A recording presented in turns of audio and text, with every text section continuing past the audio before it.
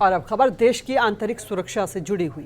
PFI जैसा संगठन जो कि देश में रहकर देश के साथ गद्दारी करने में जुटा था, केंद्र सरकार ने पीएफआई से जुड़े 8 संगठनों पर 5 साल के लिए बैन लगा दिया है।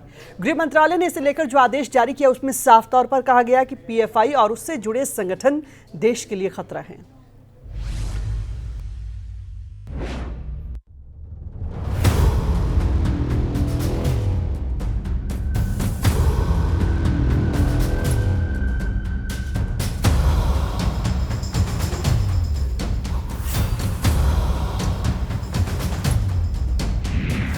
पीएफआई पर केंद्र सरकार का बड़ा एक्शन। 5 साल के लिए पीएफआई पर लगा बैन। पीएफआई के टेरर कनेक्शन पर हुआ एक्शन। नए भारत में बाय बाय पीएफआई। पिछले कुछ सालों में पीएफआई यानी पॉपुलर फ्रंट ऑफ इंडिया का नाम तेजी से उभरा है और अब तो ऐसा लगने लगा था देश विरोधी कोई भी गतिविधि हो, पीएफआई का नाम आए बिना अधूरा है। चाहे वो पीएम मोदी को पटना में टारगेट करना हो, राजधानी दिल्ली में धरना प्रदर्शन के नाम पर आतंक फैलाना हो या फिर केरल, बंगाल समेत दूसरे राज्यों में आतंकी मॉड्यूल तैयार करना हो। पीएफआई ऐसा संगठन था जिसका नाम सभी से जुड़ता आ रहा था और यही वजह है कि पीएफआई और उससे जुड़े संगठन केंद्र सरकार के रडार पर थे, जिसके खात्मे के लिए सुरक्षा एजेंसियों ने ऑपरेशन ऑक्टोपस चलाया और देश भर में पीएफआई के कई ठिकानों पर छापेमारी की गई, जिसमें कई ऐसे दस्तावेज हाथ लगे हैं जो बेहद हैरान करते हैं। हालांकि इस बारे में हम आपको आगे बताएंगे, लेकिन उससे पहले आपको बता दें कि पिछले कुछ दिनों में ऑपरेशन लोटस के जरिए पीएफआई और उससे जुड़े कई संगठनों के सैकड़ों कार्यकर्ताओं को हिरासत में लिया गया है।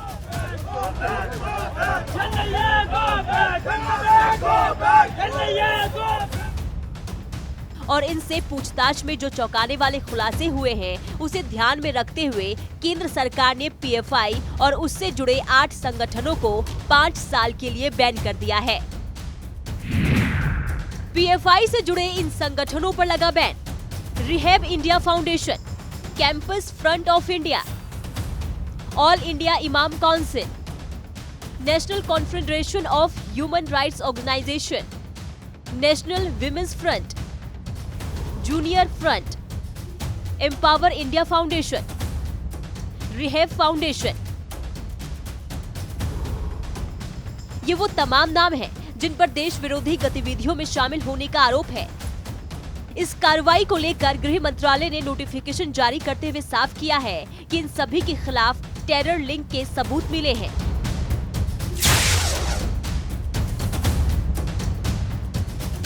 जिसके बाद यूएपीए के तहत कार्रवाई की गई और सरकार ने कहा कि पीएफआई और उससे जुड़े संगठनों की गतिविधियां देश की सुरक्षा के लिए बड़ा खतरा है। हुआ दिखा रहे हैं लोगों के ऊपर, तो सबसे पहले आरएसएस पर बैन करिए। आरएसएस को पीएफआई एक आतंकवादी संगठन है और उस पर कड़ी से कड़ी कार्रवाई सरकार कर रही है और करनी चाहिए, क्योंकि ये आतंकवादियों का संगठन है और जो कार्रवाई हो रही वो उचित कार्रवाई है और जरूरी है देश हित में, राष्ट्र। देश के प्रत्येक सेक्टर से ये बातें उठने लगी थी कि जो पीएफआई लगातार देश में दंगे फैलाने में, आतंकी घटनाओं में, समाज में नफरत फैलाने में संलिप्त पाई जा रही है, इसको बैन किया जाए। हमारा देश विविधता में एकता का देश है और दूसरी तरफ से कहें तो एकता में भी विविधता है।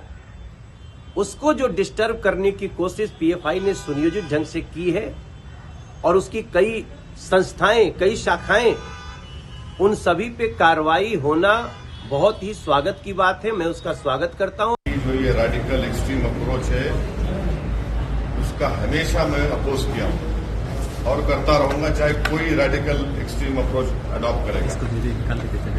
मगर ये बैन इसलिए हम सपोर्ट नहीं कर सकते क्योंकि चंद इंडिविजुअल अगर कोई क्राइम करते हैं इस बिना पर अगर आप ऑर्गेनाइजेशन को बैन करेंगे, सुप्रीम कोर्ट ने क्या कहा कि mere association with an organization is not enough to convict someone.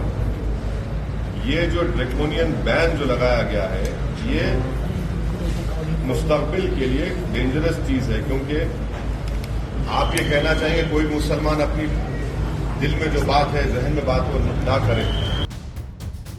PFI को लेकर सरकार के पास इस बात के बहुत पहले से ऐसे इनपुट थे कि दुश्मन मुल्क की मदद से ये संगठन देश के विभिन्न राज्यों में तेजी से अपनी गतिविधि फैला रहा है,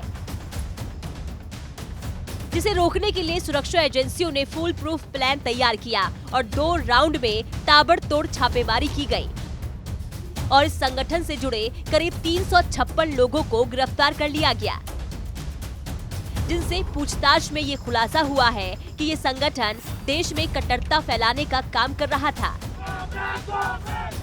छापेमारी में मिले दस्तावेजों के मुताबिक साल 2047 तक भारत को इस्लामिक राष्ट्र बनाने के सपने दिखाए जा रहे थे। आप सोच सकते हैं कि संगठन के इरादे कितने खतरनाक थे कि ये देश के साथ खड़े रहने वाले 10% मुस्लिम को मौत के घाट भी उतारने की बात कही है। पीएफआई अपने इस इरादे को पूरा करने के लिए बाकायदा ट्रेनिंग अभियान चला रहा था।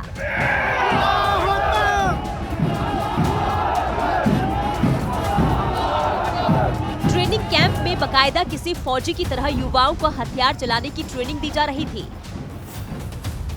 लेकिन अब भारत सरकार ने अपने रुख से साफ कर दिया है कि देश में ऐसे किसी भी संगठन को फलने फूलने नहीं दिया जाएगा। ब्यूरो रिपोर्ट, सूर्य समाचार।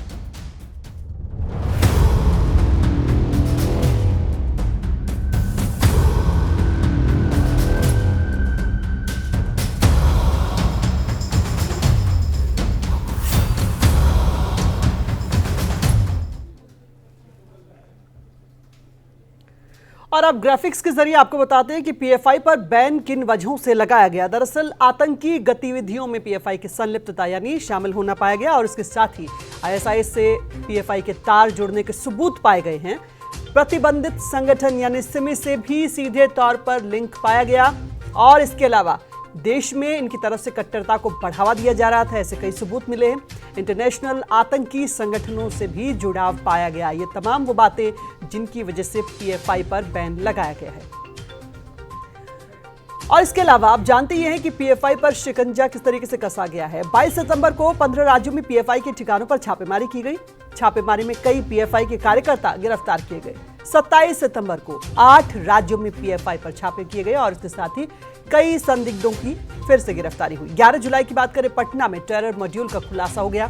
11 जुलाई को आपको बता दें कि फुलवारी शरीफ में एनआईए का छापा मारा गया और इसी दौरान कई अहम जानकारियां और हैरान कर देने वाले खुलासे हुए।